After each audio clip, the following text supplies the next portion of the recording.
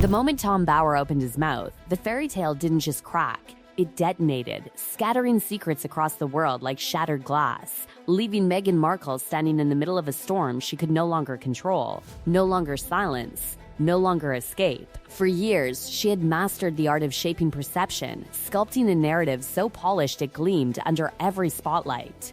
But this time, the spotlight wasn't flattering, it was exposing. And the most terrifying part? The man exposing her wasn't some disposable tabloid voice she could outmaneuver.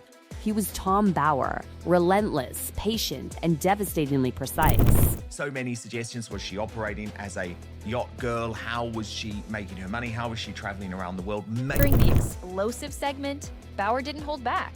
He directly referenced Meghan's alleged yacht girl reputation. Yacht girl?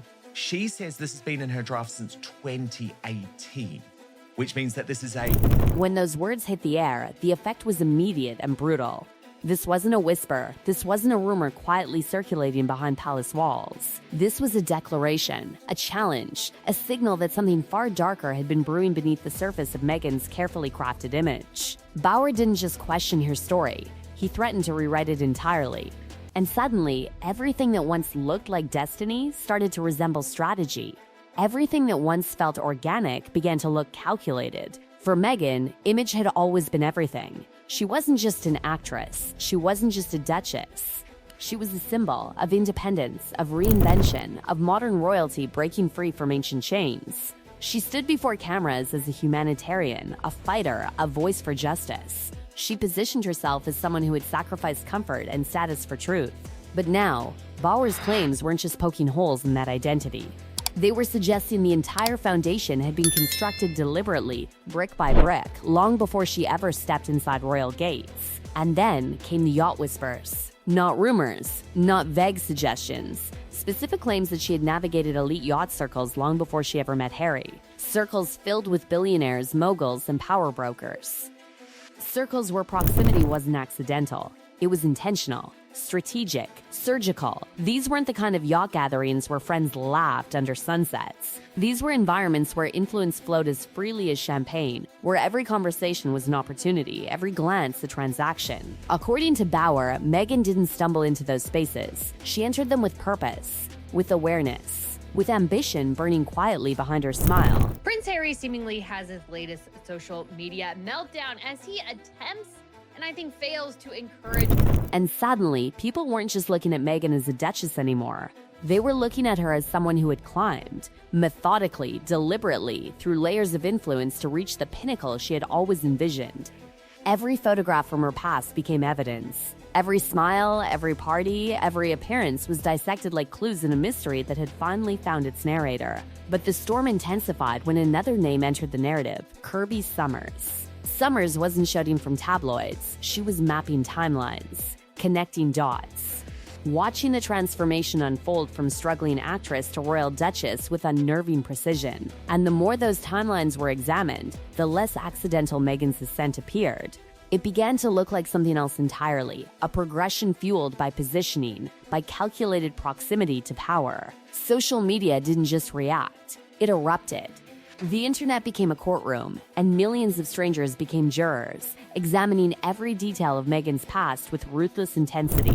Door meeting, William drew a line, rejecting outdated traditions and declaring the royal system. Old photographs resurfaced. Yacht images once forgotten suddenly carried new meaning. Memes exploded across platforms, painting her story not as a fairy tale, but as a carefully orchestrated climb. The most devastating part wasn't the allegations themselves, it was what they implied. Because Meghan's brand wasn't built on ambition alone, it was built on authenticity, on compassion, on moral authority. She had convinced the world she was different, that she wasn't chasing power, she was escaping it, that she wasn't climbing, she was sacrificing. But once doubt enters perception, it spreads like wildfire. And then came the revelation that cut deeper than anything else. The claim that Harry may never have been the target at all. The idea was so explosive it reshaped everything. According to Bower's research, Meghan's original focus may have been Prince William, the future king, the ultimate symbol of royal power.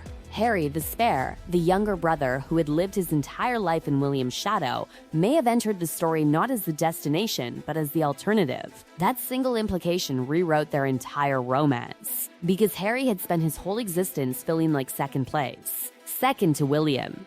Second to the crown. Second to destiny itself.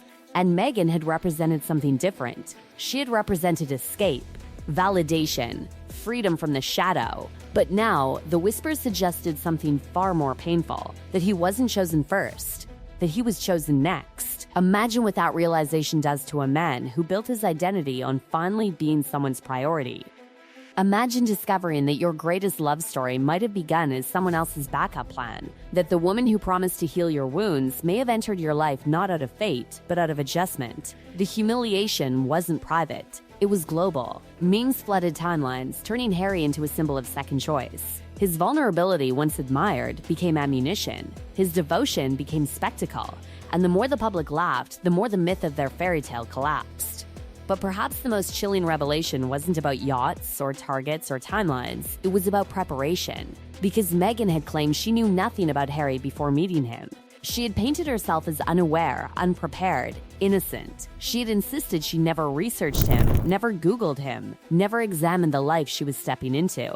But Bauer's findings told a different story. They suggested she had studied him deeply, his trauma, his grief over Princess Diana, his emotional vulnerabilities, his longing for someone who understood his pain. She hadn't just met Harry. She had understood him before he understood her. She knew his wounds. She knew his needs. She knew how to present herself as the answer he had been searching for his entire life. And that changes everything. Because love is spontaneous. Love is chaotic. Love is unpredictable. But strategy?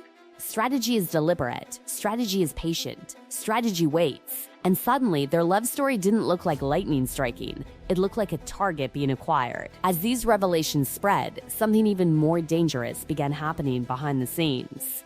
Hollywood, the very kingdom Meghan had hoped to conquer, was growing quiet.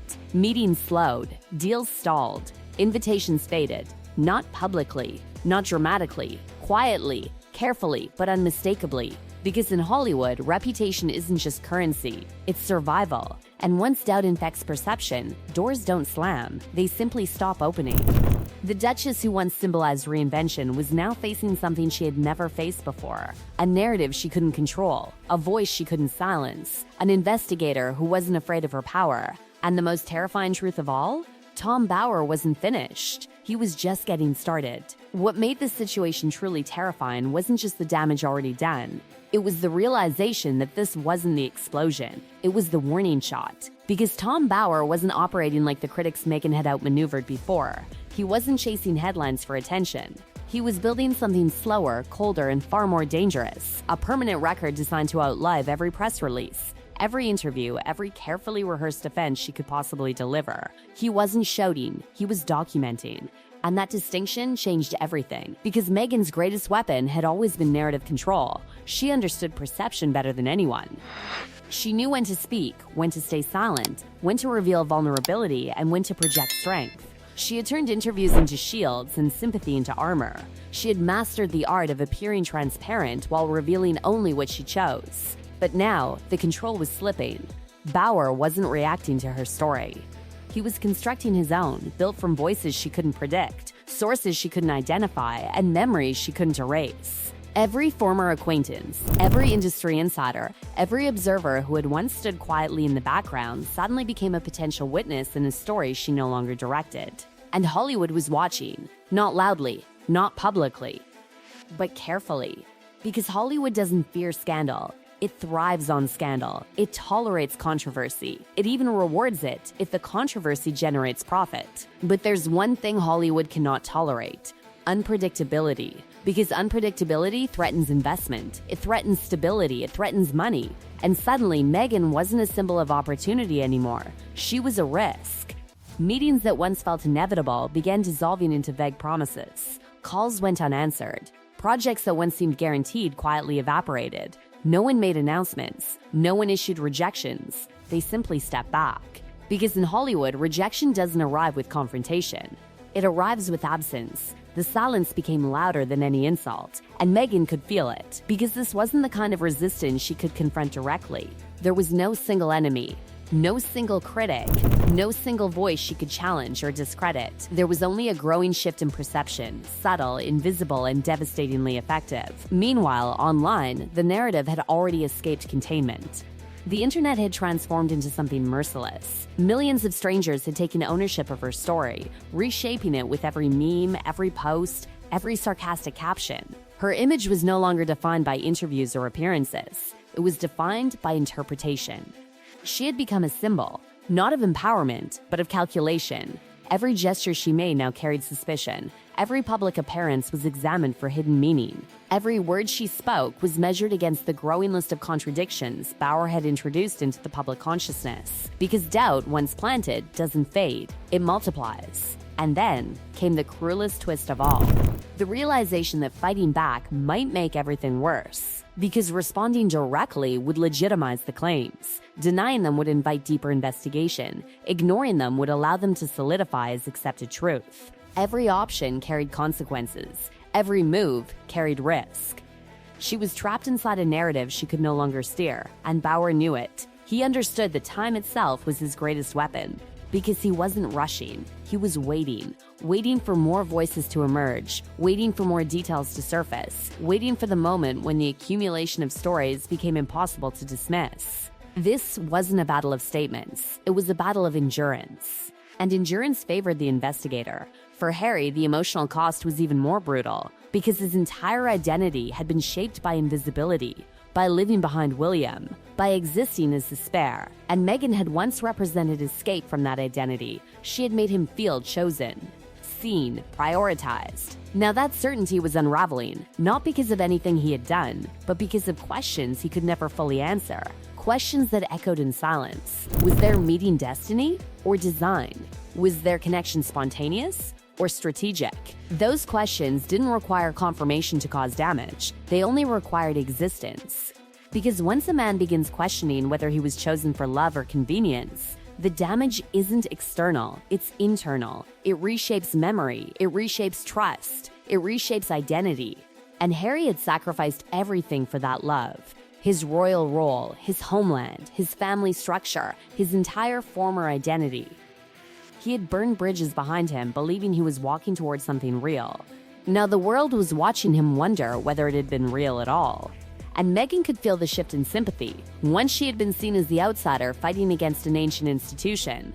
Now she was being seen as the architect of her own rise. The difference was devastating, because victims receive protection. Architects receive scrutiny, and scrutiny reveals everything.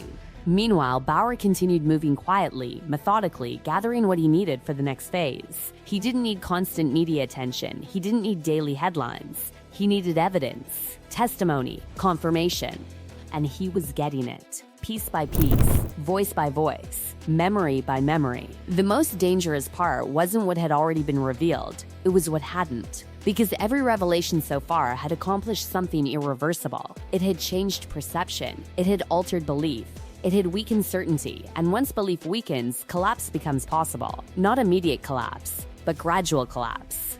The kind that happens slowly, then all at once. Meghan had built herself into something extraordinary. She had transformed from an unknown actress into one of the most recognizable women on earth. She had entered a system designed to resist outsiders and forced it to accept her. She had rewritten expectations. But now, the story was being rewritten again, and this time, she wasn't holding the pen. The world wasn't watching a rise anymore. It was watching a reckoning, because fairy tales only survive as long as people believe in them, and belief, once broken, doesn't return easily. Now the Duchess stood at the center of something she had spent her entire life avoiding: uncertainty. No clear enemy.